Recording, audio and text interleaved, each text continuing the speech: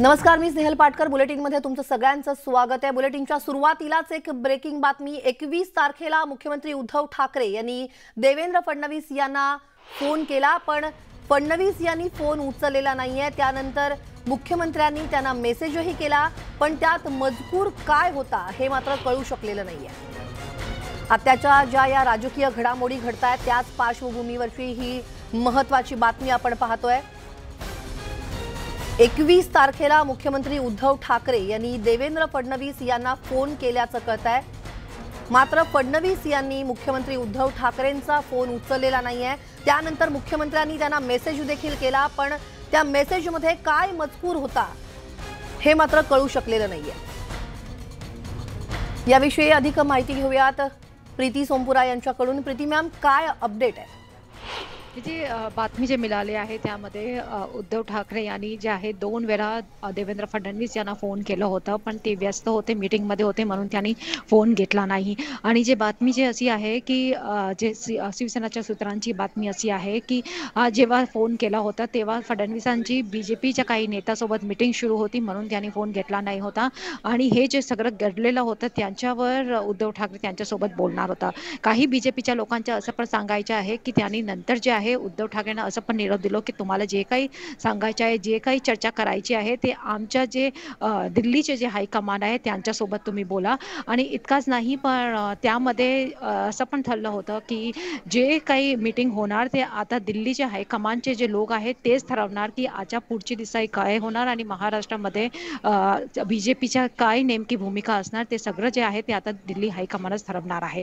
म्हणून जे आहे ते जे देवेंद्र फडणवीसने फोन घेतला नाही होता आणि 2 वेळा त्यांनी फोन ट्राय केला होता. इतकाच नाही, पण ते BJPच्या सूत्रांची अशी माहिती आहे की आता BJPकडे 170 आमदार जे आहे ते BJPच्या सोबत आहे. म्हणजे जेव्हा फ्लोर टेस्ट होणार तेव्हा BJPची नेमके जे आहे विजयच होणार आहे आणि सरकार जे आहे महाविकास आघाडी पडणार अशी पण ते बातमी येत आहे सूत्रांकडून.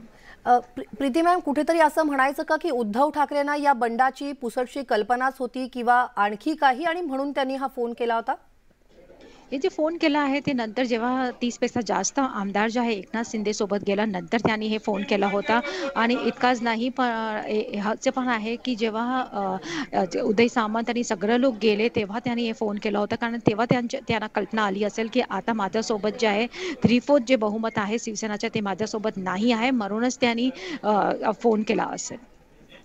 धन्यवाद प्रीती मॅम, तुम्ही दिलेल्या या सगळ्या माहितीसाठी.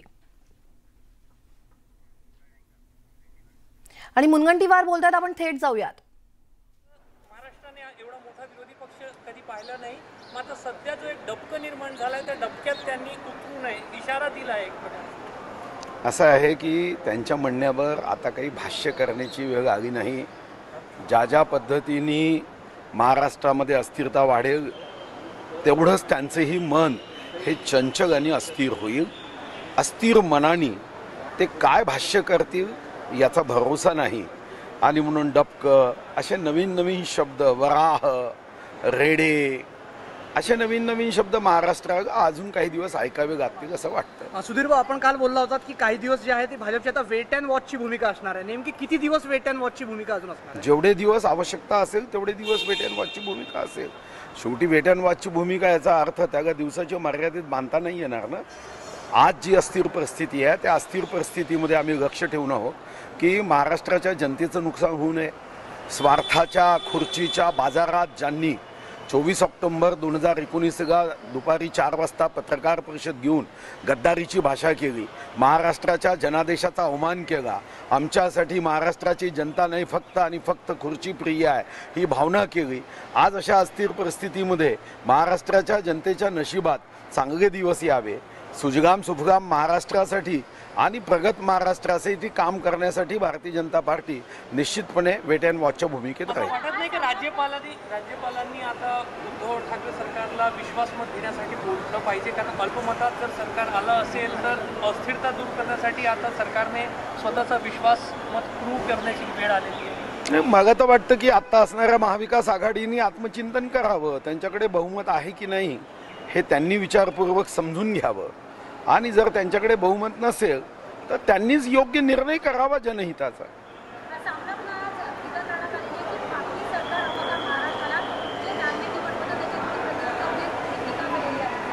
कसं आहे, सामना काय लिहितो ते शिवसेनेचं पॉम्पलेट आहे. त्या पॉम्पलेटच्या संदर्भात फार भाष्य करणं, मग वाटतं की त्या पॉम्पलेटचं वितरण वाढवण्याचा प्रकार आहे. सर, किस तरह से महाराष्ट्र में माहौल चल रहा है, कब कनेक्टिविटी करने सरकार ने? देखो, हम वेट एंड वॉच की भूमिका में है. कल भी हमने स्पष्ट कर दिया कि हमने इस परिस्थिति को पूरी तरह से ध्यान में रखते हुए आने वाले दिनों में आवश्यक तब हमारी कोर टीम होगी और कोर टीम में इस विषय पे चर्चा मंथन करते हुए फिर हम निर्णय करेंगे. अभी कोई परिस्थिति में वेट एंड वॉच हम देख रहे हैं और परिस्थिति पे नजर लगाए हुए हैं. खासदार चिखलीकरांनी म्हटलेलं की येत्या 2-3 दिवसामध्ये भाजपची सत्ता स्थापन. असं आहे की शेवटी पाऊस येत आहे. त्या पावसाच्या अंदाजावरून काही शेतकरी जसं म्हणतात की आता पेरणीची योग्य वेळ आहे, तसं आमच्यापैकी काहींना वाटत असेल तर त्याच्यामध्ये एक राजकीय आखगन आहे. याचा अर्थ भारतीय जनता पार्टीची ती भूमिका आहे असा अर्थ घेता कामा नये. बीजेपी क्या बहुमत सिद्ध करेगी? मैंने जैसा कहा, भारतीय जनता पार्टी को बहुमत सिद्ध करने की अभी तो आवश्यकता नहीं. अभी हम देख रहे हैं कि महाविकास आघाड़ी ये अल्पमत कब सिद्ध करेगी. बीजेपी फूक पे कदम रख रही है. देखो भाई साहब, फूक के कदम रखने का नहीं. राजनीति में हम कुर्सी के लिए नहीं, पद का अंतिम लक्ष्य नहीं है सिंहासन पर चढ़ते जाना. सब समाज को साथ लिए हमको है आगे बढ़ना. ये हमारी भूमिका रही है. भारतीय जनता पार्टी ने हमेशा नमो मातृभूमी जिथे जन्मभूमी, नमो आर्यभूमी जिथे वाडभूमी, नमो पुण्यभूमी जिहेचाच कामी, पडो देह माझा सदा ती नमीमी, ये भूमिका से काम किया है. तो हमें कोई घाई है क्या? देश की जनता ने कन्याकुमारी से कश्मीर तक, कामरूप से कच्छ तक, अगर देश की जनता ने हमें सेवा की संधि दी है, भारत माता के चरणों में अपनी सेवा अर्पण करने की संधि दी है, तो एक राज्य के लिए कोई घाई थोड़ी है.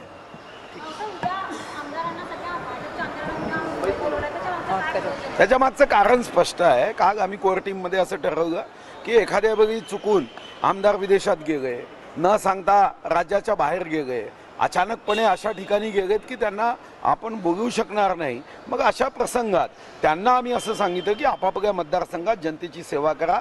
जनतेचे जे प्रश्न असेल, आज मंत्रालय कोमात गेलाय, पण तुम्ही मात्र प्रश्न सोडवण्यासाठी जोशात राहा. आणि शेतकरी असतील, कुठं पेरणीचे विषय असतील, कुठं बियाण्याचे विषय असतील, खताचे विषय असतील, निराधार योजनेचे विषय असतील, रोजगार योजनेचे विषय असतील, अशा विषयांनी गंभीरपणे तुम्ही तिथं लक्ष देऊन राहा. आणि आवश्यकता असेल तर मुंबईत सुद्धा तुम्हाला प्रश्न सोडवण्यासाठी येता येईल. पण आता महाराष्ट्र सोडून बाहेर जाऊ नका. मुंबई आज बीजेपी के आमदार लोग की मीटिंग होने वाली है, उसके बाद उनको मुंबई लेके जाने वाले हैं. ऐसा कुछ नहीं है. मैं कोई मुंबई ले जाने के लिए नहीं आया. पार्टी की संगठनात्मक ये चुनाव है, संगठनात्मक बैठक है, जिस संगठनात्मक बैठक में आने वाले दिनों में भारतीय जनता पार्टी जन जन के मन मन तक कैसी पहुँचे और हमारे देश के देश गौरव विश्व गौरव नरेंद्र मोदी जी ने जो 8 वर्ष से गरीबों के मसीहा बनकर गरीबों की सेवा की है, कई योजनाएं लगाई है, उस योजनाओं को आम जनता तक कैसे पहुँचा सकते हैं. थँक्यू. हे होते भाजपचे नेते सुधीर मुनगंटीवार आणि त्यांनी विविध विषयांवरती भाष्य केलंय. राऊतांची मनस्थिती ढासळलेली आहे असं देखील त्यांनी म्हटलेलं आहे.